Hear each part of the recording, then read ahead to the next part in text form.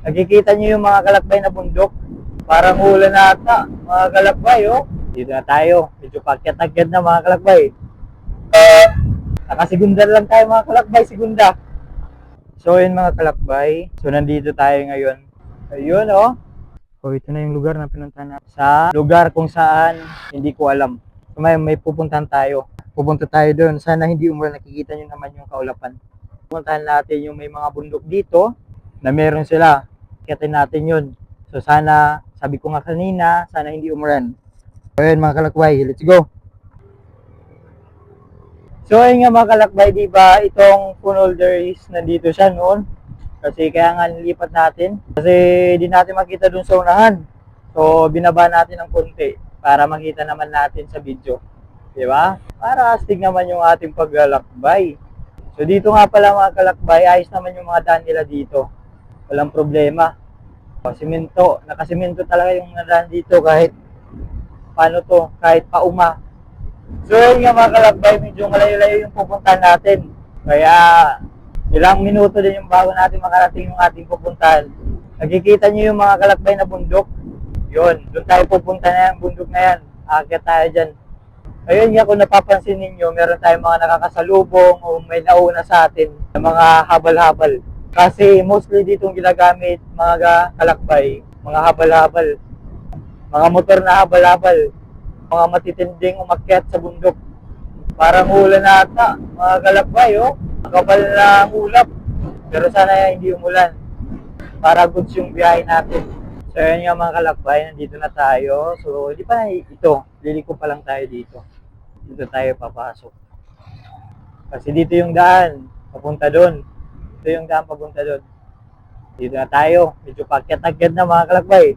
Ano ba kayo sa ating mga adventure na gagawin? So ganito ka astig yung lugar nila dito. O, yung nakita nyo umusok yung mga kalakbay, yung pala ay nagluluto sila ng mga nyug. O, yung ginagawang mantika. Or mas kilalang kupras. O, tahimik lang dito mga kalakbay. Maraming mga nyug. Kaya mga tagalungsod, magpasalamat tayo dito sa mga magsasaka. Kasi kung wala sila, wala tayong pamprito ng isda. Diba? Or kahit ano pa man na gagamitin para sa mantika. Grabe, malamig dito mga kalakbay. Kasi nasa bundok tayo mga kalakbay.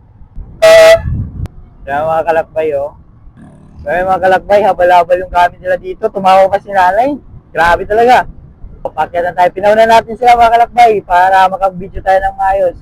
O, pahon tayo ngayon mga kalakbay. Pahon. Nakasigunda lang tayo mga kalakbay. Sigunda. Ayun, oh. So, ganda talaga dito. Ganda yung lugar nila dito mga kalakbay. Bali, nasa bundok na tayo. Nasa tuktok na tayo ng bundok. So, pababa naman tayo. So, yung mga kalakbay, nakakita tayo ng ganitong lugar nila dito. Daanan siya ng makalapapababa. Pababa siya. So, ito na yung lugar na pinuntahan natin yan dito mga kalakbay. So, nakikita nyo naman, no? Wow, grabe. Napakaangas yung lugar nila dito. Kung napapansin nyo, yung bundok na yun, no? Diba? Napakastig yung bundok na yun. Oh, tapos meron pa sila ditong aso. O, diba? So, tapos nakikita yung daanan, may daanan doon, no? Yung hindi tayo dumiretso. Yan, no? Ayun. So, yun mga kalakbay. Napakaangas yung lugar nila dito. Grabe. Ganitong lugar lang tayo mga sa mga probinsya. So, yun mga kalakbay. So, hanggang dito lang yung video natin. So, huwag niyong kalimutan mag-subscribe sa ating channel and don't forget to click the notification bell para updated kayo sa ating mga video palagi. So, yun mga kalakbay. Good luck.